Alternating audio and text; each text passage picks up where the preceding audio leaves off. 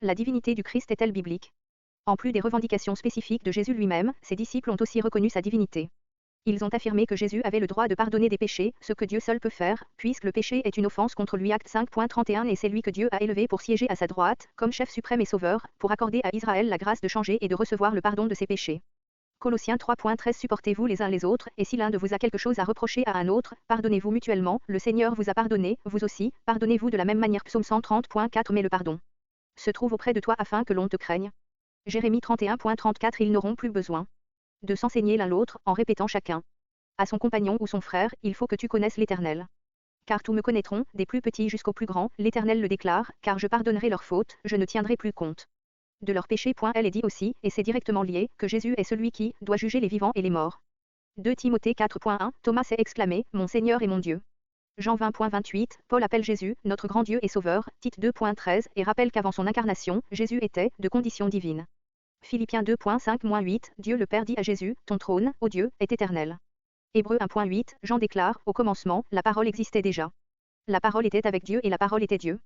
Jean 1.1 De nombreux passages des Écritures saintes enseignent la divinité de Christ. Apocalypse 1.17 Quand je le vis, je tombais à ses pieds, comme mort.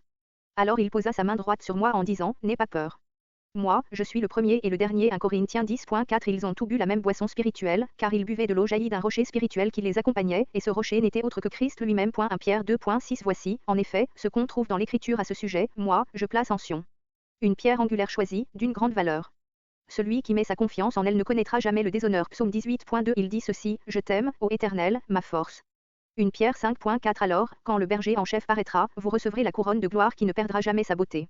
Hébreux 13.20 Le Dieu qui donne la paix a ressuscité notre Seigneur Jésus qui est devenu le grand berger des brebis en scellant de son sang une alliance éternelle. Mais un seul suffirait à démontrer que ses disciples le considéraient comme Dieu.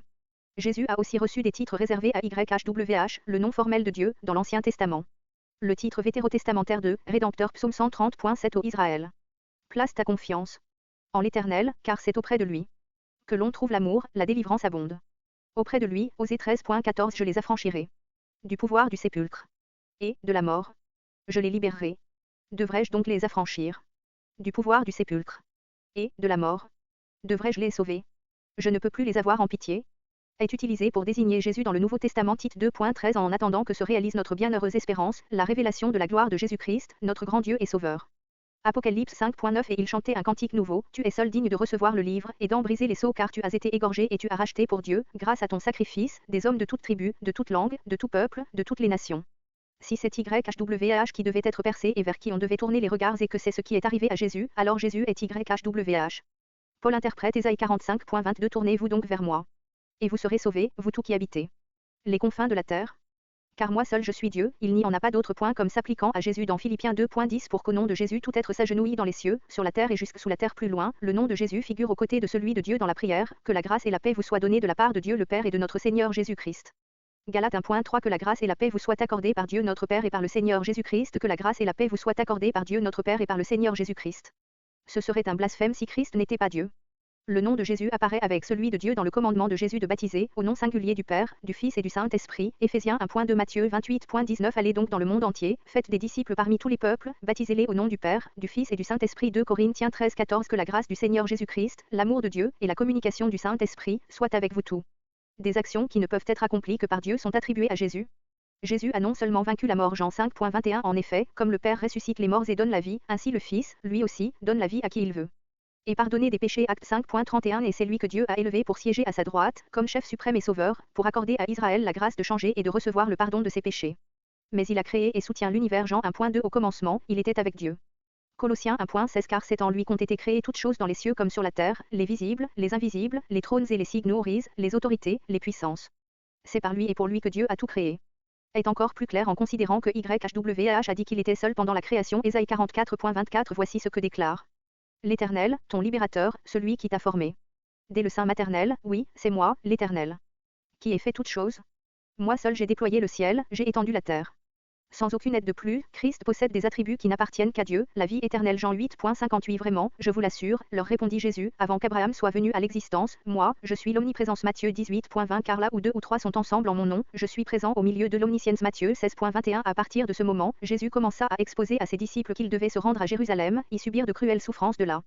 par des responsables du peuple, des chefs des prêtres et des spécialistes de la loi, être mis à mort et ressuscité le troisième jour. L'omnipotence Jean 11.38. Une fois de plus, Jésus fut profondément bouleversé. Il arriva au tombeau. C'était une grotte dont l'entrée était fermée par une pierre. Affirmer être Dieu ou le faire croire à quelqu'un est une chose, mais le prouver est entièrement différent. Christ a fait beaucoup de miracles pour prouver sa divinité. Il a notamment changé l'eau en vin. Jean 2.7. Jésus dit aux serviteurs, remplissez d'eau ces jarres. Ils les remplirent jusqu'au bord de marcher sur l'eau. Matthieu 14.25. Vers la fin de la nuit, Jésus se dirigea vers ses disciples en marchant sur les eaux du lac. Multiplier des objets physiques. Jean 6.11. Jésus prit alors les pains, remercia Dieu, puis les fit distribuer à ceux qui avaient pris place sur l'herbe. Il leur donna aussi autant de poissons qu'il en désirait. Guérit des aveugles. Jean 9.7. Puis il lui dit, va te laver au réservoir de Siloé. Le mot Siloé veut dire envoyé. L'aveugle alla se laver et, à son retour, il voyait. Des boiteux. Marc 2.3. On lui amena un paralysé porté par 4 hommes et des malades. Matthieu 9.35. Jésus parcourait toutes les villes et tous les villages pour enseigner dans leurs synagogues. Il proclamait la bonne nouvelle du royaume de Dieu et guérissait toute maladie et toute infirmité. Marc 1.40. Un lépreux s'approcha de lui. Il le supplia, tomba à genoux devant lui et lui dit, si tu le veux, tu peux me rendre pur.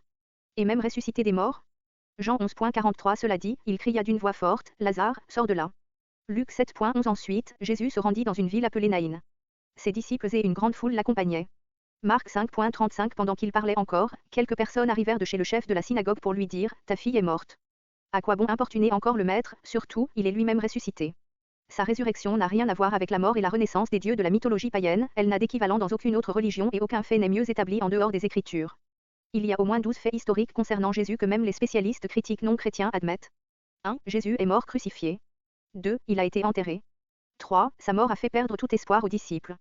4. Quelques jours plus tard, on a découvert, ou prétendu avoir découvert, que son tombeau était vide.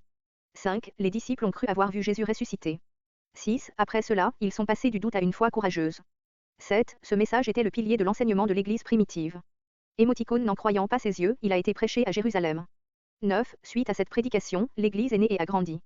10. Le jour de la résurrection, le dimanche, a remplacé le sabbat, samedi, comme journée principale du culte. 11. Jacques, un sceptique, s'est converti quand il a lui aussi cru avoir vu Jésus ressuscité.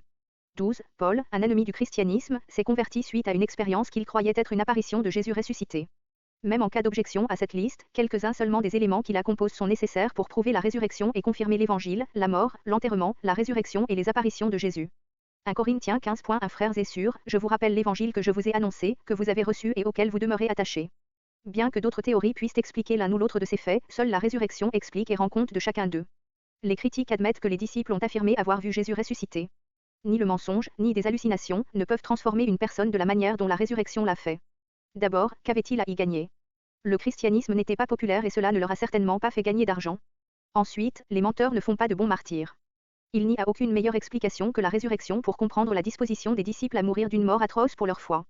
Oui, beaucoup meurent pour des mensonges qu'ils pensent être vrais, mais personne ne meurt pour ce qu'il sait être faux.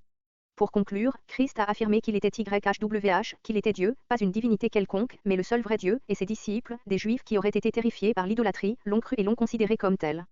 Il a prouvé sa divinité par des miracles, notamment sa résurrection qui a transformé le monde. Aucune autre hypothèse ne peut expliquer ces faits.